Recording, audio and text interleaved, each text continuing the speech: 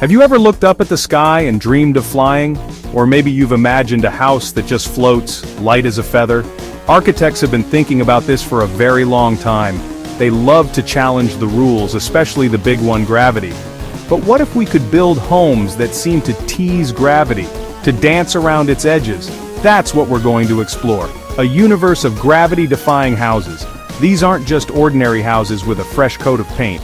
They make you wonder, how on earth is that even standing? They perch on tiny points, they stretch out over cliffs, or they float peacefully on water.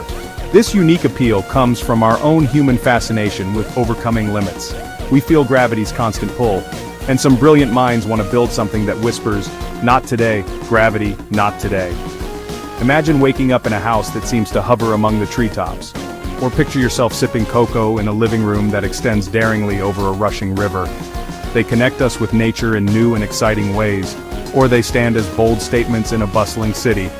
They are more than just shelter, they are adventures waiting to be lived in, pushing the boundaries of what we thought was possible for a home.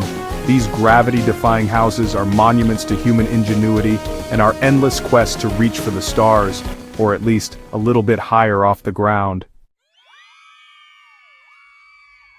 So, what kinds of gravity-defying houses are out there? Let's start with floating houses. Now, when I say floating, many of you might picture a houseboat gently bobbing on a lake, and you'd be right, these are a fantastic example. They use the principle of buoyancy, the same thing that keeps giant ships afloat, to create cozy homes on the water. Imagine your backyard being a shimmering lake or a flowing river. No lawn to mow, just gentle waves lapping at your doorstep. But the dream of floating doesn't stop at the water's surface. Architects and dreamers have long imagined houses that truly float in the air. While we're not quite building cloud castles sustained by anti-gravity generators just yet, give us time, the concept inspires incredibly light and airy designs. Think of structures that are tethered or use advanced materials to create an illusion of weightlessness. It's a frontier where imagination meets cutting-edge technology, pushing us to rethink what a foundation truly means for a home of the future. You might be looking at these incredible designs and thinking, okay Neil, this is cool, but how do they actually stay up? It's a great question. It's not magic. Even though it sometimes looks like it, it's all about clever science and brilliant engineering. For floating houses on water, the hero is buoyancy. An object floats if it's less dense than the water it displaces, or if its shape displaces enough water to equal its own weight. So, engineers design the hulls of these homes very carefully, using materials that are strong yet lightweight, ensuring they displace just the right amount of water to stay afloat. For houses on stilts or those daring cantilevered structures, it's all about understanding forces, materials, and distribution of weight. Engineers use structural analysis to calculate all the forces acting on the building, the weight of the materials, the people inside, furniture, even wind and snow. Then they design a skeleton for the house, a frame made of steel, reinforced concrete, or super strong timber that can channel all these forces safely down to the ground or to the main support. It's like a perfectly balanced dance between the building and gravity choreographed by mathematics. Section 4. A stroll through time, architecture's gravity-defying journey. The dream of building lighter, higher, or even floating isn't a brand new 21st century idea. Take stilt houses, for example. Archaeologists have found evidence of stilt dwellings dating back to prehistoric times. People in wetland areas or regions prone to flooding, from Southeast Asia to the European Alps, figured out that lifting their homes on poles was a smart move.